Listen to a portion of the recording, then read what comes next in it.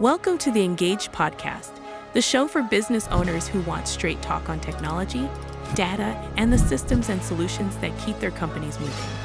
Each episode tackles a real problem, maps out practical solutions, and delivers proven tactics you can use to choose the right tools and run a profitable business.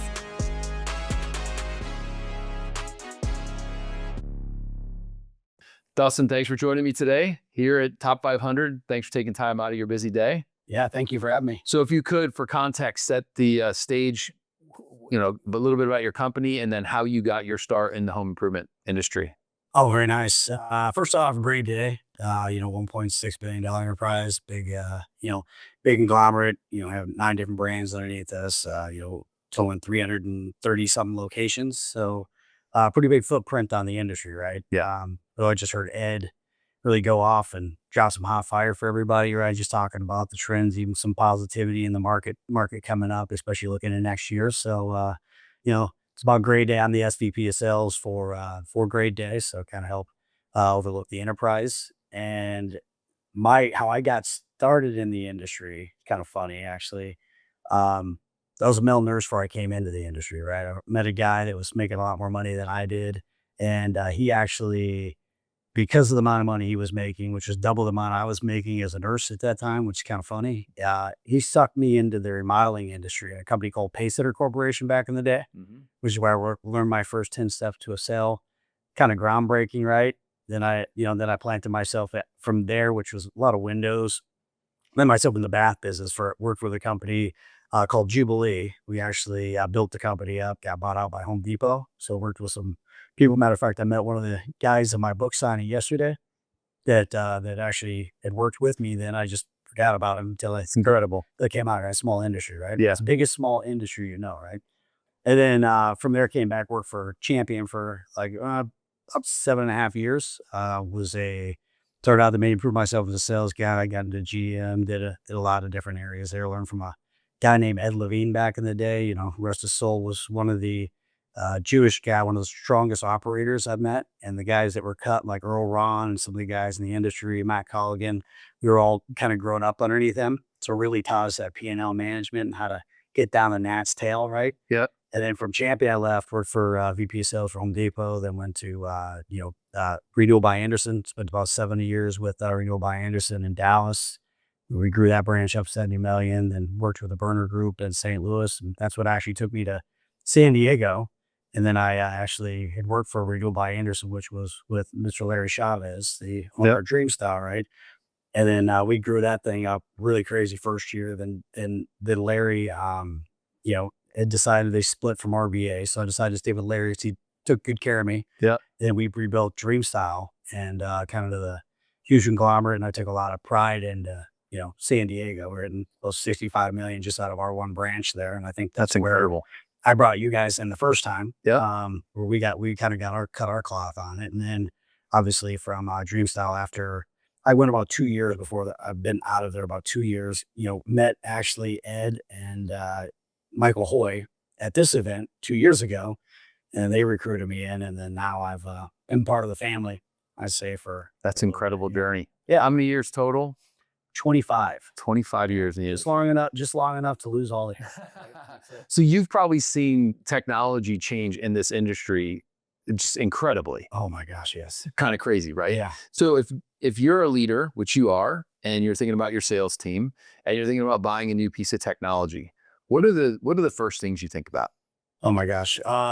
First is where does it fit a need, right? So again, is the efficiency? What are we looking to gain in the business, right? So you look at it, and obviously you got to stay up with the times. So if I always say, if you don't innovate, you die, right? You can always go, a lot of companies went backwards like Blockbuster. Yeah. I always joke with people when they don't make change. I'm like, you don't be the next Blockbuster, right? So kind of play it around. But I would tell you that, again, figure out where the problems are in the business, the inefficiencies, and then figure out where the tech can help you reverse engineer and smooth the process up.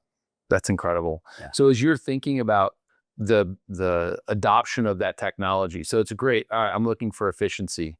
How important do you think it is to involve the end user in the decision process of the technology? Or do you believe in more of a top-down approach? I think there's no perfect way. I've heard lots of different things. I'm curious what your approach is. Well, adoption has to be bought in, right? And if the term top-down leadership, there's decisions that need to be made that way, but there is also what called group decisions, right? You can always A/B test, right? We've done a lot of A/B testing with different manufacturers trying to or different tech companies trying to figure out which one's the best one for us, so we can dive forward. But I would tell you that the biggest thing when you're talking about adoption is you have to have buy-in, right? So anything you do in releasing any kind of tech is you got to set it up. You can't just be something that's all of a sudden, oh, by the way, we're going to start using this today, right? So I would say you got to set a deadline out, and then you got to provide the right training. Yeah. And then you got to put the expectation of what it's going to bring to the business. And, everyone's favorite radio station, WIFM, what's in it for me? Yeah. You got to figure out how it's going to benefit them and save them time, make them more money, or figure out what kind of efficiency or customer experience they're going to have too. That's incredible. So do you plan, so I love that idea. Like if you don't involve that user and show them the win for them, and it doesn't always have to be money. No. It helps in sales if it is money. Mm-hmm. If I can say you're going to get 10% more in your check because you're using a piece of technology, that's not a bad thing. Yeah. What happens when employees resist? What's your experience when they resist? Do you have a top performer and you're trying to put a new piece of technology in and they're resistant? Okay. So this might not be a popular answer, but it's going to be a truthful answer. Okay. So I love that. I would tell you, number one, a couple of different things come to mind when you just said that, right? So, people fight because what are they trying to hide? Right? When people fight, they're trying to hide stuff. Either they're not following process, there's something they're scared of that they might be saying, might be doing, that nature, right? Because what I found, a lot of the guys you feel like are your top performers that are killing it, look at me dead in the eyes if that's where you're at. Yeah. The whole thing, you feel like a top performer, probably is underselling jobs or creating a lot of chaos or adding things into the projects to sell them, which actually create chaos inside your business, right? What I call a lot of tier 4s. Mm-hmm. So again, I don't make exceptions because I believe in my mentor told me there's 3 words you should manage a business by, right? It's consistency, it's fair, and it's defendable. And if everyone's held to the same standards and there is no, basically massaging or letting this person do it this way, then you never have to explain yourself, right? So again, I don't believe we said it. You put you tell them when the training is going to be active. Yeah. You provide the training for there, and then you give a deadline, right? And so one of the things is you could test it with 2 or 3 people, but again, I believe in, it's a business decision, and you either want to be part of the business or not. And if you're running your business because you're scared of losing 1 rep, then you're probably not running a good business. Well, and the thing is, it's not like you're just going to thrust it on them. You're saying, I'm going to give you a deadline. I'm going to give you training. I'm going to do all the things that I feel are required to get you up to the point. Then if you resist, that's on you. Yeah. 3 of my last rebuilds were on paper contracts, right? And I'm like, oh my God, that even exists anymore, right? So the piece of it is like, again, because people get so stuck into what they've always done, they don't realize there's a better, more efficient way. Yeah. Yeah. I mean, we just signed a customer, big customer, that was still doing paper flip books. There's still a lot of that out there. Never went digital, and there's still paper to be replaced. Yeah. A lot of people say, who's your biggest competition? I always say complacency and paper, because a lot of people are complacent in what they're doing, or they're still using paper, which has worked, and they're extremely successful, 8-figure businesses. Yeah. You would be surprised. Yeah. So what's one tech deployment that went wrong for you? As you did all the things, you planned, you trained, you gave time, but it still failed, or still maybe not failed, that'd be a little bit of a strong word, but it didn't go as planned. Well, it kind of went, trying to think, there was one that was a software that matched up leads to people, right? And at the time I was being open-minded because I wanted to see how it worked, right? And kind of set hands off, and kind of play around with it. But then as I gauged it and kind of took a look, I didn't like the result I was getting. And I felt like, but I could do it twice as good, right? Because I felt like that was one of the weapons, was like lead assignments back in the day. Right? Yeah. So, letting it, and what I call it, let Jesus take the wheel on that type of thing, was, it was not a favorable outcome for me, even though the algorithm was talking about it, right? And sometimes you got to realize that you can go into things and not fully listen. I think that sometimes you get, people that try to implement tech, don't fully listen to what the purpose of the tech is. They just try to make their assumptions and get to the quickness of it without actually going through the full process. Because one of the things I realized later is that tech needed to get in our system and learn our data for like so long before it actually started shooting the right data out, right? So it wasn't that it was bad, but it just Very wasn't. common in today's day of AI too. That if you don't have the right context, it's not going to work. Well, it's like I would, for the company, um, I was playing around looking at a lot of different things with open AI, things of that nature. And some people run into some programs and they were like high and mighty on it. Well, I said, do you realize that when you train that, if your representatives or people that are training on are doing it the wrong way, you'll actually train the model to think that the wrong way is the right way because it's being fed that more often than not, right? So there's lots of different variables if you don't know what you're looking at that can take you out, take you off track, right? So how do you know if technology is working and doing the thing that you hired it to do or not? Love it. It's called beginning KPIs and ending KPIs for a target system, right? So again, you get together with your leadership group, and then you put your starting KPIs, right? And then in placing it, and what are you looking for? Is it efficiency? Is it time to demo? Is it is it yield? Is it close rate? What is it? Is it average sale? What are you looking to accomplish during that time frame? And again, what does your ending KPI go, right? I always say at the beginning of a week, you should have a KPI. At the end of the week, you should have the goal KPI of the week, and then figure out where your baseline of mediocrity is, right? Yeah.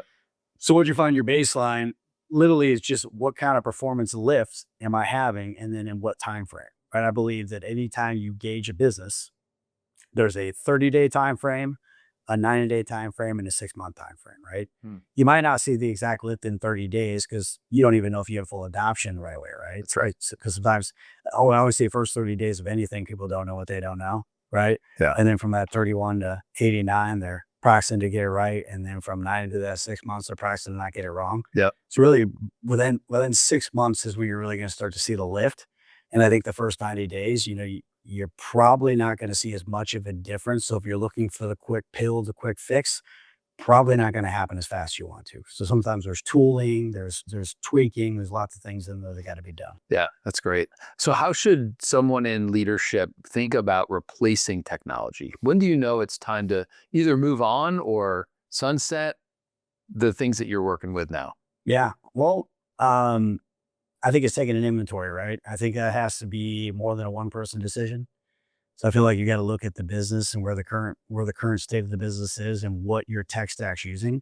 I look at it as like what we're using. What's the API that integrates with, right? If it doesn't, if they don't feed into each other and they're not helping like an ecosystem, I feel like it's probably not the right thing for the business, right? So Interesting. what are things that we can feed into that are giving us data, right? For instance, like Engage, if I have my AI recording tool that goes into there and I can actually see it and hear what's going on, that is a fantastic thing, right? How are we integrating videos? What are things that you can utilize that makes the user experience? Because I think there's an inside customer, which is our employees, right? Yeah. There's an outside customer. That's why I always look at it like, 60% of people out there learn visually. So if I'm looking at a visual learner, well, then how am I teaching?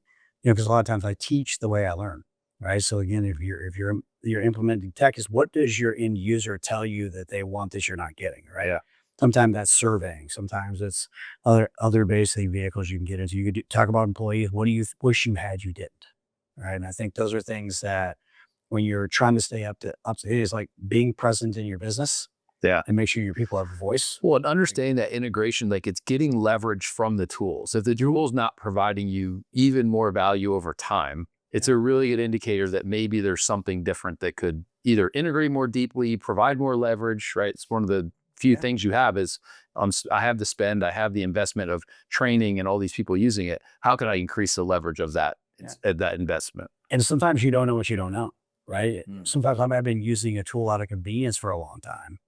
And I might not realize that I might not be using the right tool, just I'm used to using it. It's there. Now, I'll tell you with any tech integration, right? Anytime you change tech, there's a learning phase, right? And there's generally going to be a dip before the pop, right? So you have to prepare your business, and when you walk into it, there's a learning, right? Even if I brought you the best AI, the best tech coming into it, well, there's a learning phase for that before it's actually going to be executed correctly. So obviously don't practice in the house, right? That's a don't practice in the business, right? Yeah. Practice in like a sandbox or things like that to help you get get used to utilizing it so that people know how to effectively execute within the homes. That's great advice. So one final question for you.